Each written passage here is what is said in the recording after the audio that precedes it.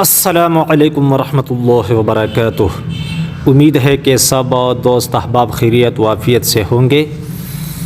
ارادہ ہے کہ نامردی کے بارے میں کچھ مختصر اور پوری مکمل بات ہو، ساتھ ساتھ آسان، عام اور سستا علاج بھی۔ تو نامردی تینوں مزاجوں میں ممکن ہے، لیکن ہم آج صرف ایک قسم کی نامردی جسے ہم حقیقی نامردی کہتے ہیں اس کے بارے میں کچھ بات کریں گے۔ حقیقی نامردی یہ اعصابی تر مزاج میں ہوتی ہے۔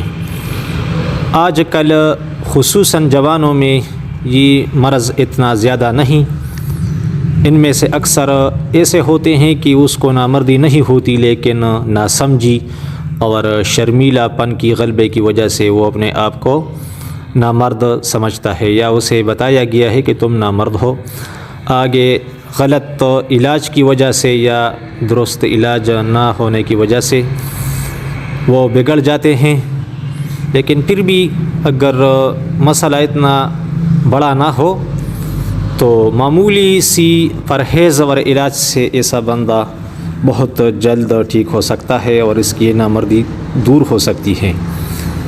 تو وہ خصوصاً چینی کے پروڈکٹ سے پرہیز کرے، چینی کا استعمال چھوڑ دے، اور ایسی اشیاء جو جسم میں رطوبات پیدا کرتے ہیں یا رطوبات کی زیادتی کا سبب بنتا ہے تو اس سے پرہیز کرے۔ خصوصاً دودھ ہو گیا یا چاول ہوا، کدو، توری، ٹینڈا، اس طرح کی چیزیں۔ وہ پھر اگر کوئی تفصیل جاننا چاہتا ہے تو وہ ویڈیو میں نیچے کمنٹ کر سکتا ہے اور یا واٹس ایپ پر رابطہ کر سکتا ہے۔ اور ایسے بندے کو زیادہ سے زیادہ ورزش کی ضرورت ہوتی ہے، پیدل بہت چلے اور وزن اٹھائے، پہاڑوں پر چلے، مٹی کا کام کرے۔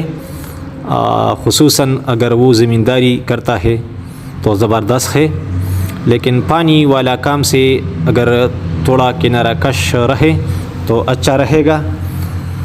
اور اس کے علاوہ وہ صبح یا کسی بھی وقت زیادہ سے زیادہ انڈے نیم پختہ کر کے کھائے۔ اس کے ساتھ ساتھ وہ گوشت کا استعمال بڑھائے، روٹی گندم کی نہ کھائے بلکہ اس کی جگہ بیسن کی روٹی کھائے۔ اس پر میں نے علیحدہ ایک کلپ کیا ہے کہ بیسن کی روٹی کیا ہے اور اس میں کون کون سے اجزاء ہے، تو وہ انشاءاللہ میں لنک ویڈیو کے نیچے لگا دوں گا، پھر وہ سن لے۔ تو ایسا بندہ جو اعصابی تر مزاج میں اسے نامردی ہو تو اس کو گندم کی روٹی، جس طرح کے چاول منع ہے نہ کھائے تو گندم کی روٹی بھی نہ کھائے۔ تو وہ کون سی روٹی کھائے تو وہ بیسنی روٹی کھا سکتا ہے، یہ اس کے لیے بالکل زبردست ہے۔ اور گوشت کا استعمال خصوصاً گائے یا بیل کا گوشت اور اس طرح بکری کا گوشت یہ بھی کھا سکتا ہے۔ چٹنی بنائے، لہسن اور ادرک، انار کا رس اور کچھ پتے پودینے کے ڈال کر اس کو تیار کر کے رکھے، اور صبح دہی میں 1 یا 2 چمچ مکس کر کے ناشتے میں کھائے۔ اس طرح صبح یہ بندہ مربع ہریڑ یا مربع آملہ یا ویسے ترپلا بنائے تو انشاءاللہ تعالی حکیم حضرات اسے ترپلا یا عوام اسے ترپلا کہتے ہیں، اس کا نسخہ انشاءاللہ میں دوسرے کلپ میں کر دوں گا۔ لیکن اگر ویسے مربع آملہ استعمال کرے یا مربع ہریڑ استعمال کرے تو ایسے بندوں کے لیے جو اعصابی تر مزاج میں اسے نامردی ہو، استعمال بہت زبردست ہے۔ اس کے علاوہ انشاءاللہ اگر یہ علاج و پرہیز ہو تو نسخے کے لیے ضرورت نہیں پڑے گی، لیکن اگر تکلیف یعنی یہ جو عارضہ ہے نامردی کا اعصابی تر مزاج میں شدت سے ہو یا کوئی شوگر کا مریض ہو تو ایک عام نسخہ بتاتا ہوں، انشاءاللہ 100% کام کرے گا۔ وہ نسخہ لکھ لے اور گھر پر تیار کریں، اور 2 سے 3 ٹائم لونگ دار چینی کی قہوے سے اگر آپ استعمال کریں تو بہت اچھا رزلٹ دے گا۔ 1000 ملی گرام یعنی 1 گرام کے بڑے کیپسول بھر کر رکھیے اور صبح شام یا صرف سوتے وقت آپ اسے استعمال کر سکتے ہیں۔ لونگ دار چینی کے قہوہ کے ساتھ ہو تو اور بھی مفید رہے گا۔ تو یہ نسخہ نوٹ کر لے اپنے ساتھ۔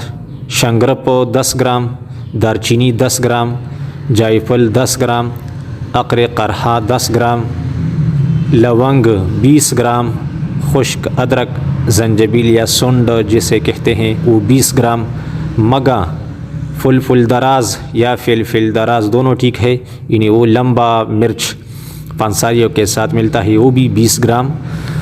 تو یہ چیزیں انشاءاللہ باریک کر کے مکس کر کے رکھیے اور اس سے 1 گرام والے کیپسول بھر کر اپنے پاس تیار رکھے۔ انشاءاللہ بالکل 100% کام کرے گا۔ اور کوئی بندہ شوگر کا مریض ہو تو ان کے شوگر میں بھی پیدا کرے گا۔